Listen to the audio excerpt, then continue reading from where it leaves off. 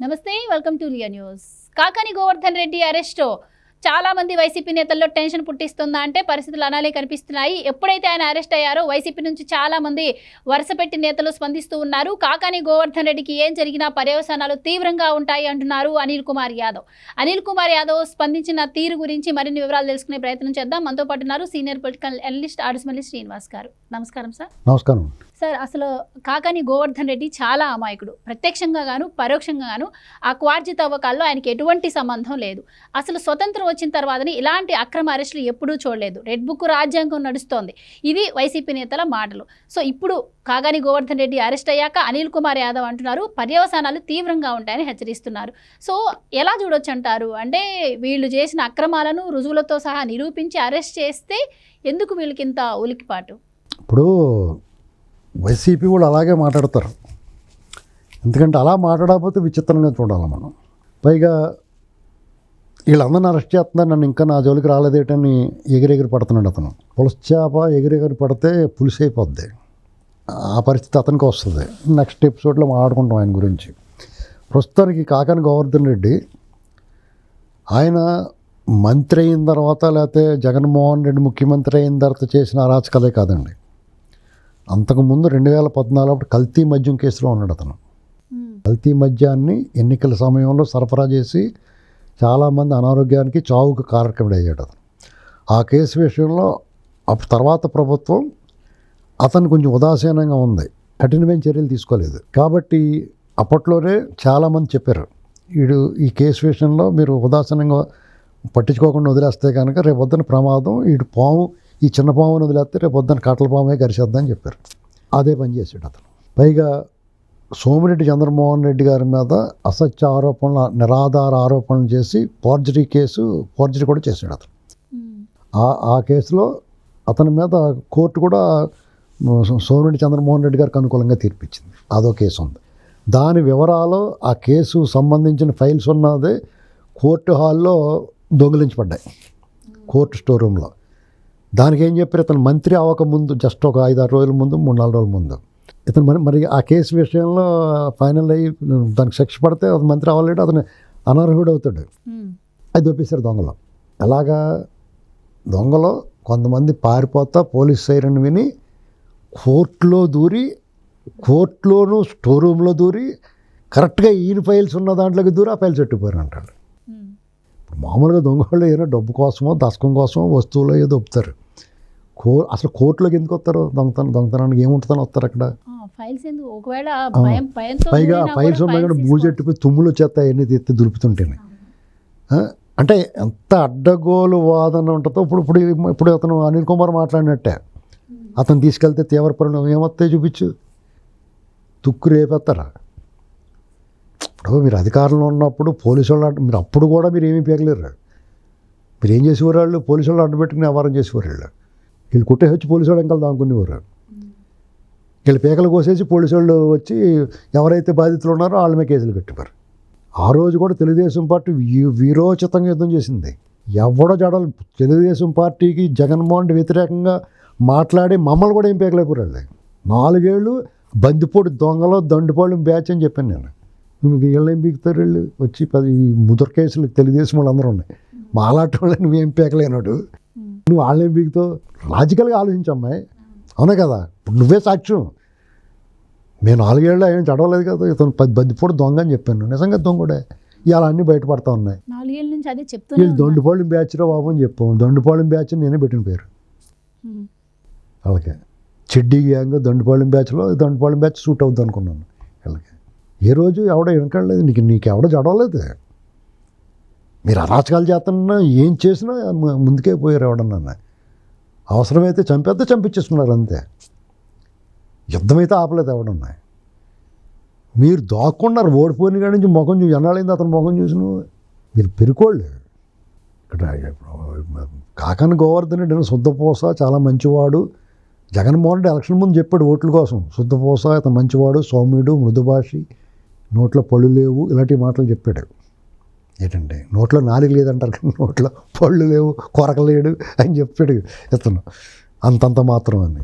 అలాగే ఇప్పుడు కూడా అదే క్యాసెట్ వేద్దాం ఎలా కుదురుతుంది? అవునే కదండి. ఇప్పుడు అతను మీకు ఈ గనులు తవ్వేసుకోవడం ఇది చిన్నదే.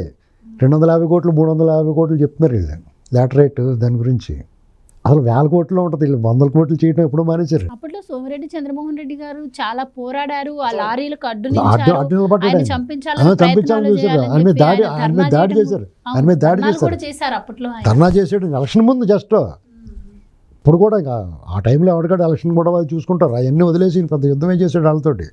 ఆయన కాకాని గోవర్ధన్ రెడ్డి అదృష్టం ఏంటంటే సోమిరెడ్డి చంద్రమోహన్ రెడ్డి గారు లాంటి పెద్ద మనిషి, సౌమ్యుడు, మృదు స్వభావి, అతను ప్రత్యర్థి కాబట్టి అతని ఆటలు సాగినాయి. అలాంటి వాడు కూడా కోపం వచ్చేసింది, ఆగ్రహంతో ఊగిపోయాడు. ఇంత దుర్మార్గం అని బయటకు వచ్చాడు. అసలు నెల్లూరు జిల్లాని మొత్తాన్ని కూడా తను హ్యాండ్ ఓవర్ చేసుకున్నాడని, గతంలో బెంగళూరులో రేవ్ పార్టీ జరిగిన సందర్భంలో కూడా ఈయనకి సంబంధించిన ఎవరో స్టిక్కర్లు కూడా, సినిమా వాళ్ళు కూడా తగిలేరు. అవును, పేలుడు పదార్థాలు సినిమా వాళ్ళు రేవ్ పార్టీలు, డ్రగ్స్ పార్టీలో దొరికిన దాంట్లో కూడా ఇతని పాత్ర ఇతన్ని హైడ్ చేశారు. అన్ని అవలక్షణాలు ఉంటాయండి వీళ్ళకి.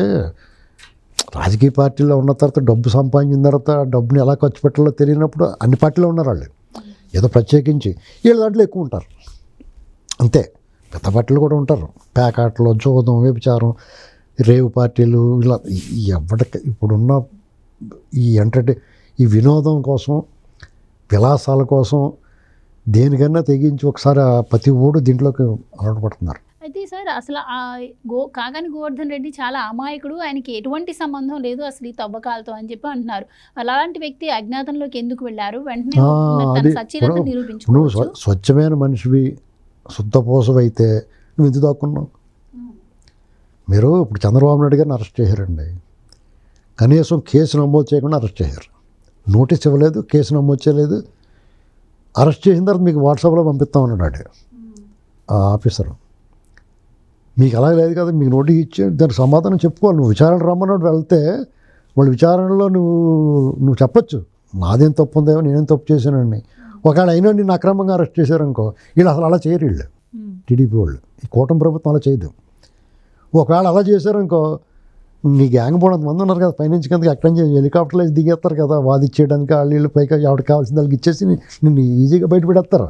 మీకు ఆ భయం ఉండాల్సిన అవసరం లేదు. మీరు తప్పులు చేయరు కాబట్టి మీరు ఏం మ్యారేజ్ చేసినా ఏం చేసినా బయటికి రాలేని విధంగా లోపల దూరేశారు.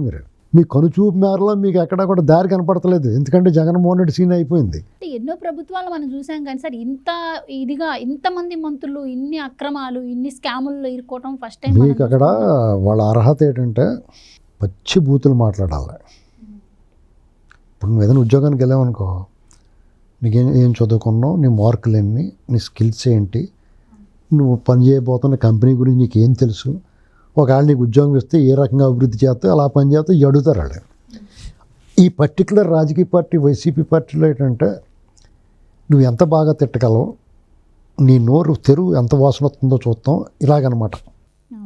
నువ్వు ఇన్ని దొంగతనాలు చేయగలవు, జేబుని ఎన్ని రకాలుగా కొట్టేయగలవు అనేటువంటిది వాళ్ళకు ప్రాథమిక పరీక్ష పెడతారు. ఆ పరీక్ష పెట్టక లేకుండా వీళ్ళే వాళ్ళని దోపిడీలు గడ్డ చేసి చూపిస్తారు, ఇదిగోండి అంత దొబ్బేసానండి నేను అని చెప్తారు. అప్పుడు అతను నచ్చుతారు వీళ్ళు. అందుకనే కదా వాళ్ళకి వెంటనే ప్రమోషన్లో, మంత్రి పదవులో సిగ్గులేదు వాళ్ళకి.